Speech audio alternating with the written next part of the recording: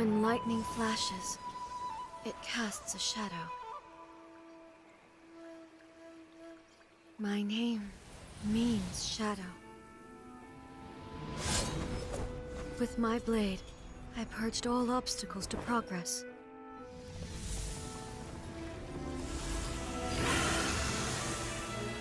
And yet, something was lost with each step forward. In the end, I even lost her. The tales are still retold in the shade of every Thunder Sakura.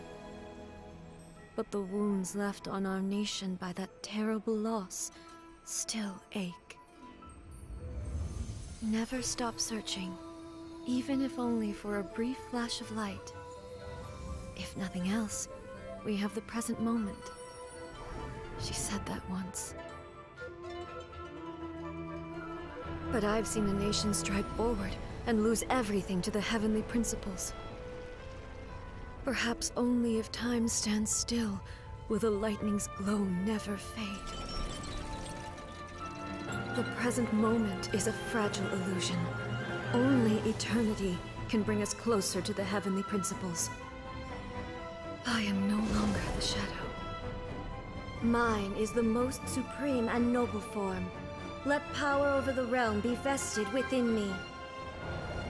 In this form shall I honor my subjects' dream, for a land of eternity, unchanging forevermore.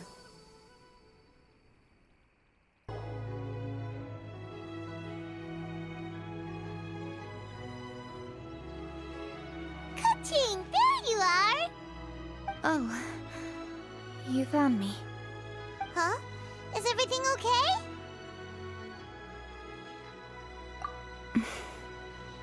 Traveler, I have found myself in something of a predicament. In the competition, I voted for Smiley Yenshao. So you're frustrated because you can't go back and vote for Xiangling instead? No, that's not it. As a judge, I had a duty to remain objective. I made my decision after thinking about it very carefully, and my conscience is clear. Xiangling is my friend, so by rights, I should be honest with her about this. But, as you know, I voted based purely on my personal opinion. As a contestant, Xiangling may not be able to appreciate this. And I do not know how to deal with people of her temperament.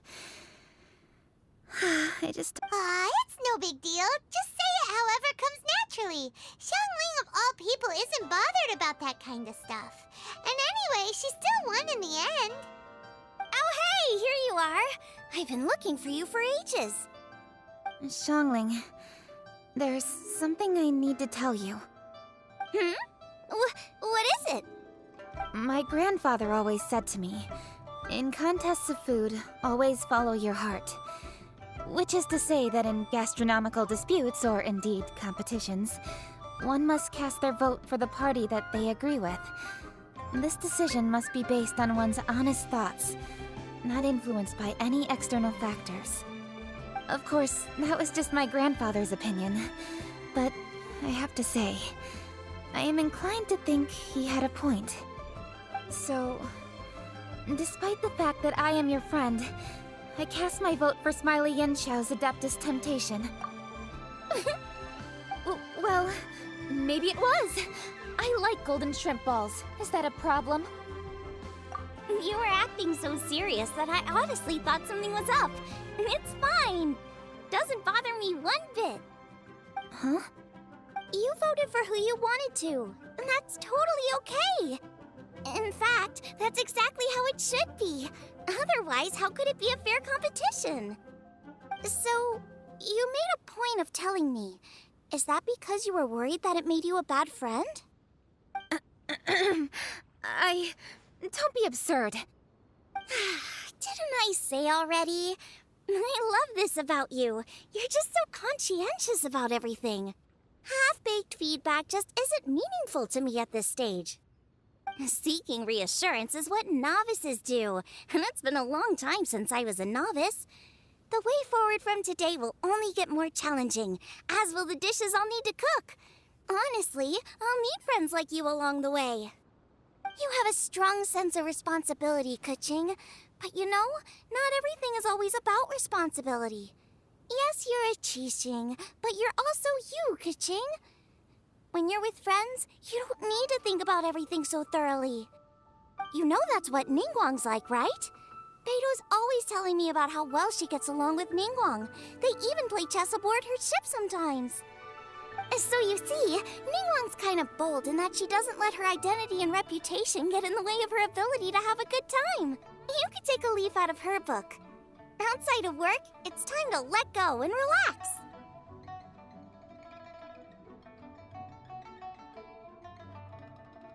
Traveler, Xiangling, anyway, what are we standing around here for?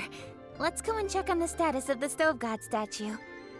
Oh yeah! Paimon had nearly forgotten about that. Let's go see. How strange. It hasn't changed one bit. This doesn't make any sense. We cooked our hearts out. Does this mean the competition wasn't enough to awaken the statue? Oh well. I suppose it was simply not meant to be. Yeah, we've waited this long already. There's no harm in waiting a little longer. Right, Xiangling? Yep, there's still time. Let's be patient. We'll all see this through together. On another note, I have some good news for you, Keqing. Things are looking optimistic for that recipe you gave me. Master came by before the competition and filled in the parts that were missing. So now I'll be able to cook it. In fact, I'll go find somewhere to make it right now. Wait here. Xiangling. Oh, and Traveler, could you come with me? Huh? You only just beat Smiley Yanqiao. You think you're up for challenging us already?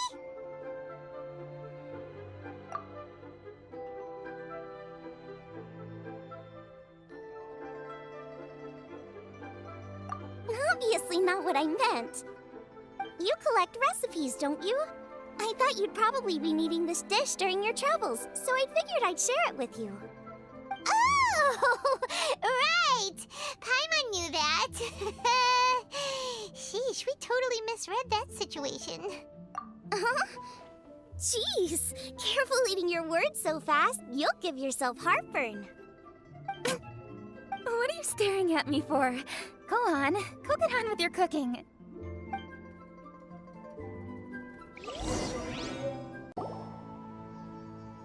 We're back! The Traveler and I made one each. Here, have a taste while it's still warm. Thank you. Don't mind if I do.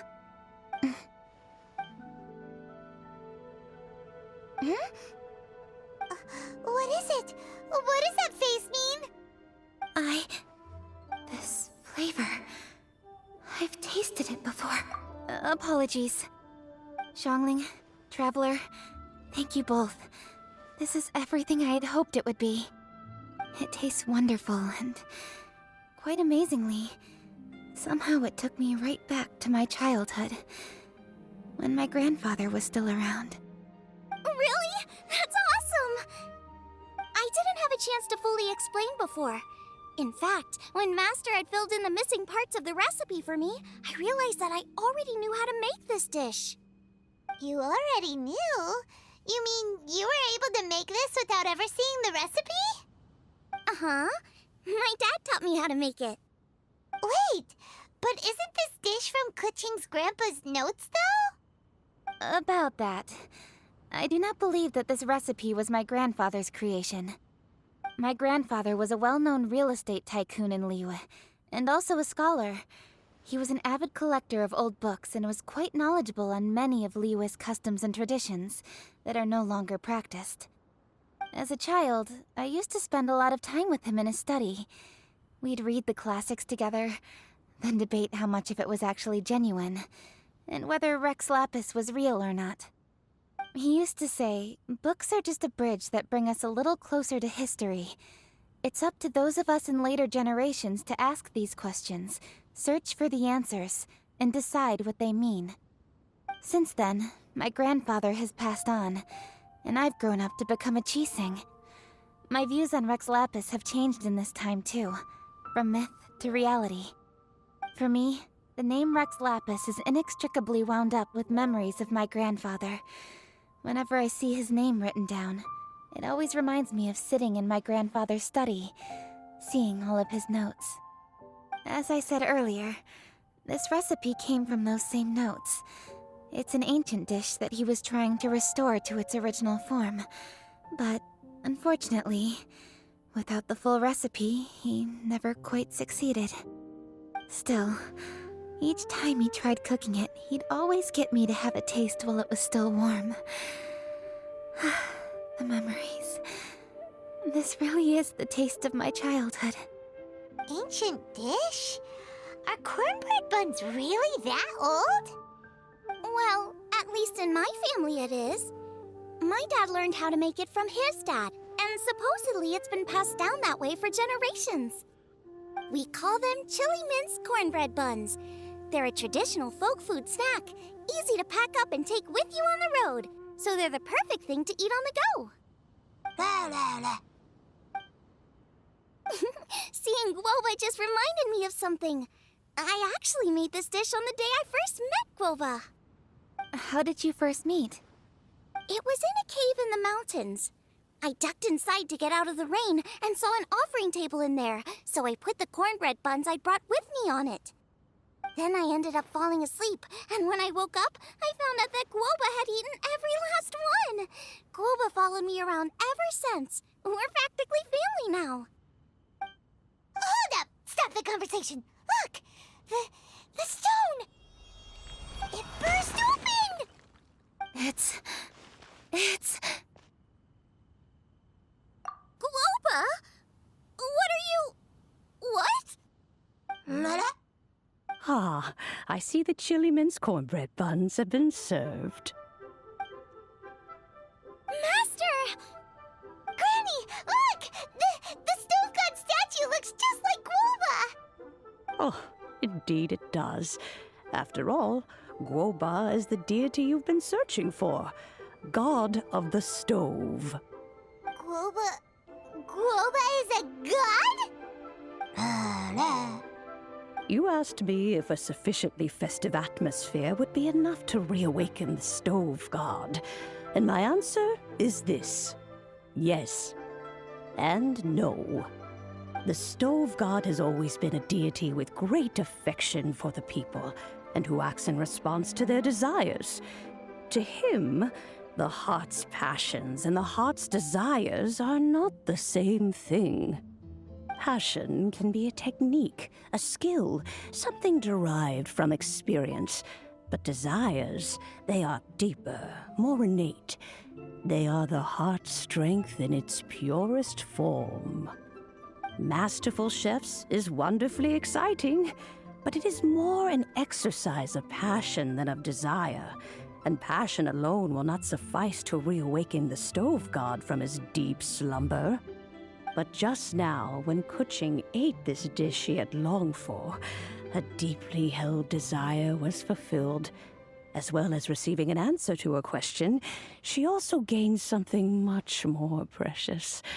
A moment of poignant nostalgia so vivid, it felt like she was right there alongside her grandfather. The enormous power unleashed by the fulfillment of this desire resonated with the stove god's statue, and caused it to manifest once more the form it took in the past. Of course, the stove god himself is not contained within the statue. The true stove god has been here with us all along. How does it feel? Seeing a statue of yourself from your glory days? Look at him. Still so majestic. Glory days? Wait, what happened? Did Guoba used to be different from now? Oh, yes. Back in his day, your Guoba was once the patron god of the soil. But all the wisdom and power he had then, he has since surrendered to the soil itself. A god surrendering their power to the soil. I have heard this turn of phrase before, but What does it mean? The kinds of trials and tribulations that a land can face are far more than you could imagine. Droughts, floods, torrential rain, hurricanes, earthquakes, tsunamis, fires, and plagues. The threat of disaster will never fully disappear from Liyue. Even woes that have never been faced before in history will come to pass in the future. Such things affect you mortals far more than we Adepti, with our immortal forms. He once walked with you over the barren plains until you arrived at last at the harbor. He joined you in building your dwellings and lighting the stoves. It was his hand that lit the very first street lamp of Liyue and brought the aroma of cooked food into every household in the land. You mortals no longer remember him, but back in the age when you did, he was the closest of all the Adepti to the common folk.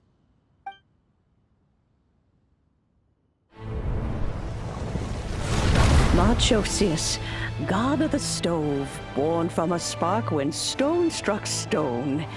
He was a god with a great love for humanity and their well-being. Millennia ago, the people sought to expand their city. They built a dwelling on the plains and called it the Gweli Assembly. The stove god cared greatly for the people, turning himself into minions who went into every home, fostering food and solidarity alike. Alas, their home was taken by a flood. The waters ravaged the Gweli Assembly and forced the people back south to Liyue Harbor. Though the distance was not far, the journey was plagued by a terrible storm. For a dozen days, the Adepti stayed by their side. During this time, the stove god cooked an ancient delicacy, flatbread with a meat sauce to stave off the cold and damp, fit for those on the move. Centuries later, disaster and plague arose once more. The stove god would appear no longer, for he placed all of his power into the land itself to quell the calamities. His power expended, and his wits greatly reduced. Thus his body decreased in size. By the time he parted ways with us, he wasn't even the height of a human.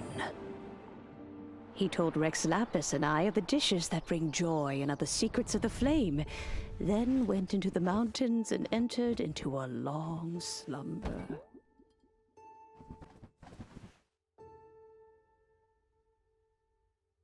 The stove god departed, and Guoba was born. When he awoke, he ate the Chiliman's cornbread buns placed on the offering table by a young lady in yellow. Though he did not remember the past, he was profoundly moved and decided to follow this young lady thereafter. The stove god had quietly disappeared, but the vendors rose early to hawk their wares. People went out to buy goods, lit their stoves, and cooked food, just as they had done every day for as long as they could remember. In Liyue, things have always been this way.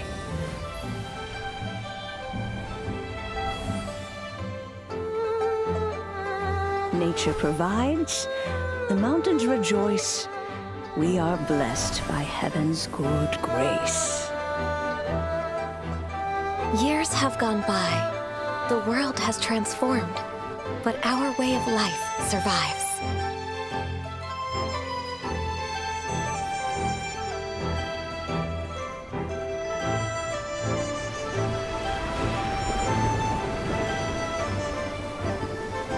Fame and fortune is only a season. It is the moment that we should embrace.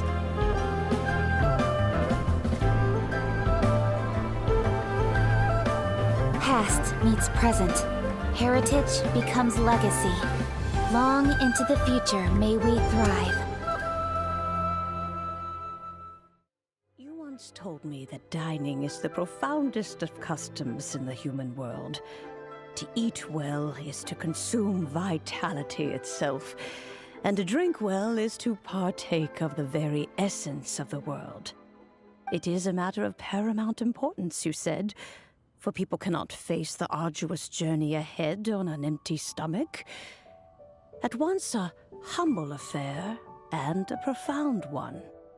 A humble meal of maize and spring water is also profound in that. By ensuring one's survival, it paves the way for millennia of human history and culture to come. My dear friend, Liyue has changed so much while you have slept.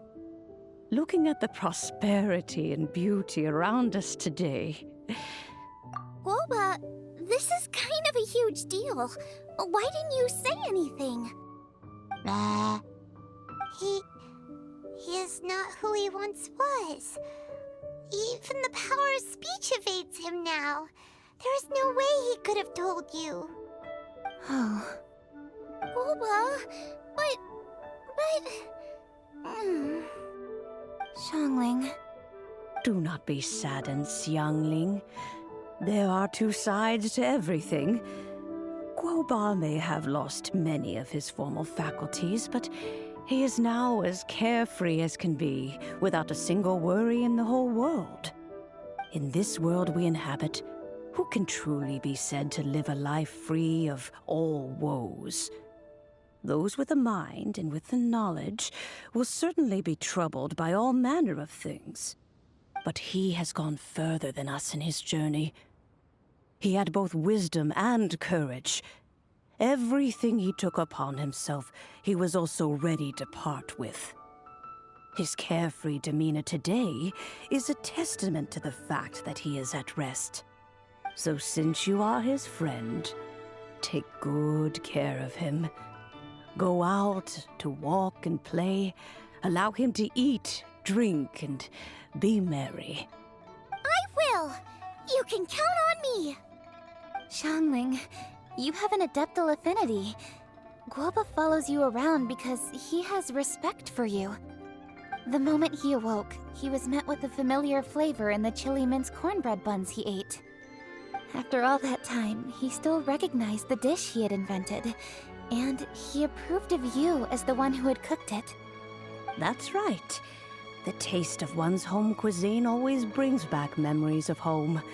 Though he remembered nothing, eating the food you had cooked gave him a feeling of familiarity. That is why he stuck by you. You may be the first person in history to give the stove god the experience of being a satisfied customer. That makes you quite a remarkable... If that's true, I couldn't be happier. Because putting a smile on customers' faces is what we chefs are called to do. Well then, it's getting late and I still have things to do. Time for me to say goodbye. Traveler, Paimon, Xiangling, thank you all very much. I look forward to spending more time together in the future. I guess my dad's probably heard the good news already, but I should still go catch up with him. Master, it's been a while since you came by. Why don't you join me? He thinks about you all the time, you know. He's always telling me to invite you over. Oh, goodness me. Then, far be it from me to refuse. Off we go, then. Let's saunter over gently and see how all the city folk are getting along.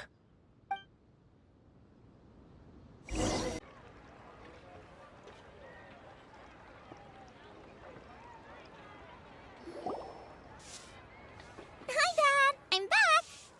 Hey! What are you doing there? I should be the one handling that. Oh no!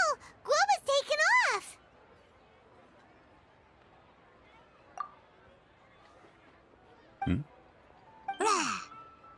Oh, it's you. Hello there, old friend. Oh, bless my soul. Are you out for a stroll as well? Given the season, it felt fitting to take a leisurely walk while the meal is being prepared. Quite right. And it also gave us the chance to run into you. Guoba may not recognize you, but as ever, he seems quite delighted to see you. So, Guoba doesn't remember anything? but can still feel when something's familiar? Friendship will always withstand the ravages of time. Traveler, what do you think of the name of this festival? Moon Chase. The moon is a carrier of countless emotions. So many things only seem to surface as we gaze up beneath its poignant glow. Wherever the moonlight shines, the heart is wont to follow. Fond memories of those no longer with us. Debts of gratitude to old friends. The meaning of ages past and gone. All wrapped up in the city that has existed for so many moons to date. All these things and more. They are why people chase the moon. In old age, the sight of many things puts one in a wistful mood. But children are always a beautiful sight to see. Such exuberant life force. It seems to well up from deep within the land itself. A land that has been in existence for so many millennia, and yet one that still dazzles today.